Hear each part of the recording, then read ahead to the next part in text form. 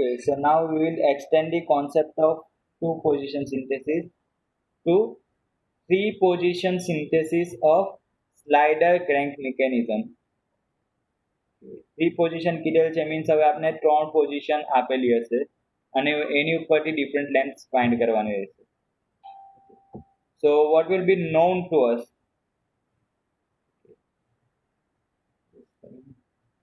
Eccentricity E means distance between these two lines will be known to us. Theta 12, theta 13 means this angle between first position, second position, and first position and third position will be known to us.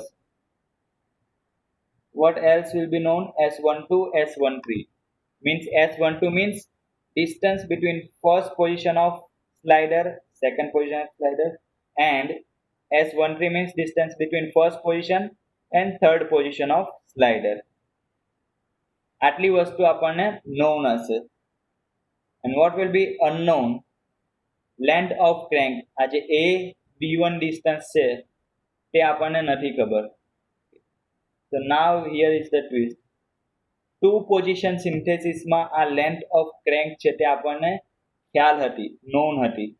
In three position synthesis it is unknown. Angle theta is also unknown and length of connecting link, this link number 3 B1 C1 is also unknown. Okay.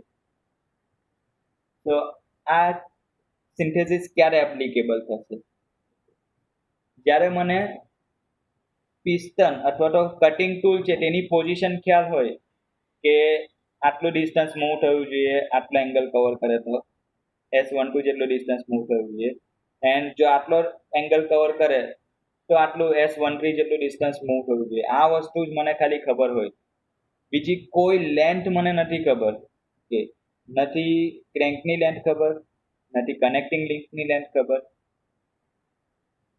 તો કોઈ જ length નહીં આપેલી હોય અથવા તો unknown હોય તો ત્યારે આપણે થ્રી પોઝિશન સિન્થેસિસ છે તે એપ્લિકેબલ થશે. So let's have a look at how to tackle this kind of situation. કઈ રીતે આને સોલ્વ કરીશું?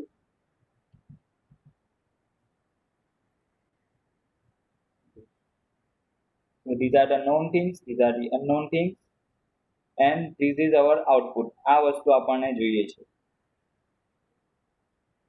So again same procedure. Start આપણે ક્યાંથી કરીશું?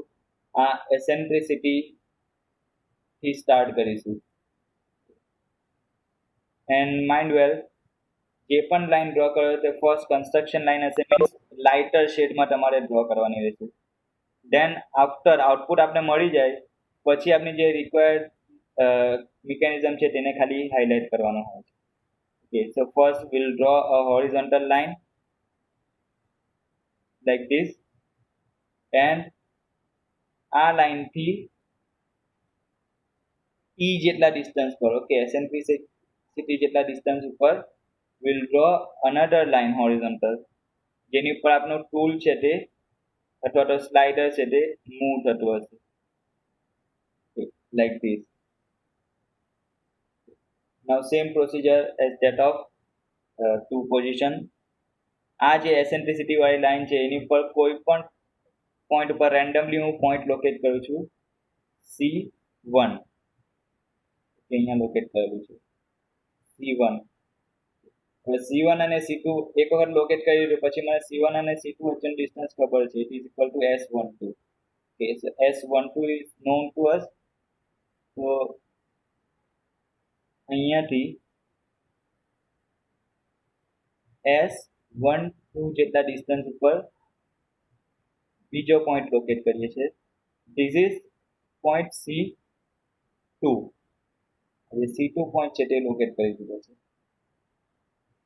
Also we know this S13 means first position અને થર્ડ પોઝિશન સ્લાઇડરનું એની વચ્ચેનું ડિસ્ટન્સ S13. તો આટલા ડિસ્ટન્સ ઉપર હું પોઈન્ટ C3 લોકેટ કરી દઉં છું. This is located. Now what is next step? આ જે નીચેની લાઈન છે આ વાળી લાઈન એની ઉપર કોઈ પણ જગ્યા ઉપર, ઓકે, રેન્ડમલી અહીંયા પણ આવી શકે છે, અહીંયા પણ આવી શકે છે કે રેન્ડમલી હું પોઈન્ટ માર્ક કરું છું, પોઈન્ટ એ, આ પોઈન્ટ લોકેટ કરી દીધો છે. Same procedure as that of two position. Join this A C2 and then theta 12 જેટલા એંગલ ઉપર આર્ક મારવાનો રહેશે.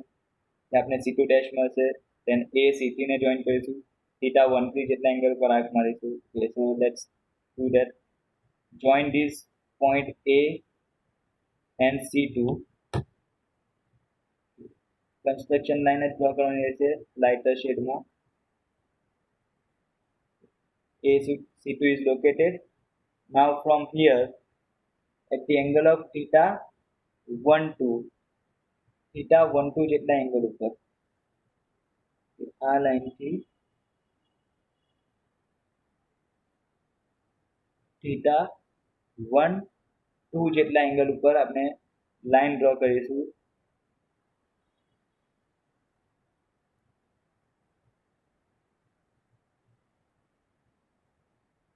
like this. આ લાઈનની લેન્થ કેટલી રાખવાની છે તે નથી ખબર, so I am extending this. Now what you have to do, take radius is equal to a c2 જેટલી રેડિયસ લઈને એક આર્ક મારવાનો રહેશે. This arc is intersecting this line at C2 dash. અહીંયા આપણને C2 dash મળી જશે. Now what you have to do, join this line point C1 and C2 dash. C1 અને C2 dash ને join કરી દો. ઓકે, તમે જોઈ શકો છો કે આપણે સેમ પ્રોસિજર જે ટુ પોઝિશનમાં કરેલ છે તે જ અડોપ્ટ કરીએ છીએ.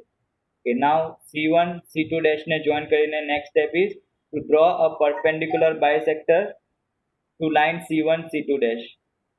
C1 C2 dash છે તેને perpendicular bisector ડ્રો કરી દઈશું. કે આની પણ લેન્થ કેટલી રાખવાની છે તે નથી ખબર, તો રેન્ડમ લેન્થની ડ્રો કરી દઈશું. Okay, this perpendicular bisector. So second position છે એના માટેની પ્રોસિજર આપણે કરી હતી. Now same procedure, આ સેમ પ્રોસિજર આજે થર્ડ પોઝિશન છે એના માટે અપ્લાય કરીશું. So join this point A C3, point A અને C3 ને જોઈન કરો, થર્ડ પોઝિશન રિપ્રેઝન્ટ કરશે.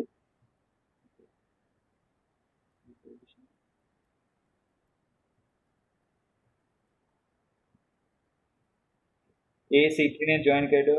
Then from this A C3 line થી કેટલા એંગલ ઉપર? theta 13 જેટલા એંગલ ઉપર. A C3 થી theta 13 જેટલા એંગલ ઉપર, આ જે એંગલ છે તેટલા એંગલ ઉપર આપણે લાઈન ડ્રો કરીશું.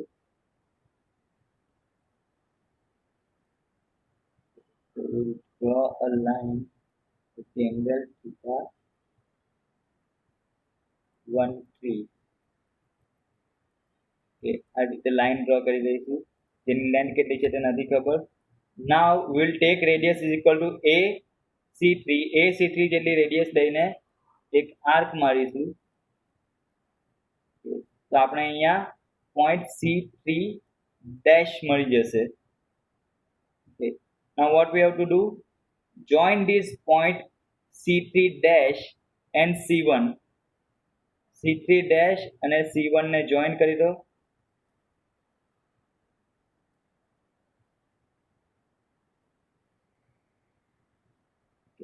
And draw a perpendicular bisector to that line. C1 C3 dash ને perpendicular bisector draw કરીશું. Okay, like this. Okay, this is perpendicular bisector. તો આ બે perpendicular bisectors જ્યાં intersect થાય છે ત્યાં આપણને મળશે point B1. તો આ point B1 છે તે આપણને મળી જશે આ રીતે. So now simply we are having point A, B1, C1. So join કરી દઈશું આ ત્રણ પોઈન્ટ્સ ને, એ આપણે મિકેનિઝમ કમ્પ્લીટ કરી દઈશું. Okay, so join B1 C1. and AB1 જે AB1 છે એને પણ જોઈન કરી દઈશું. So this will complete our mechanism. હવે તમે જો મેઝર કરશો આ લેન્થ AB1 ની, okay, so you will get the length of crank.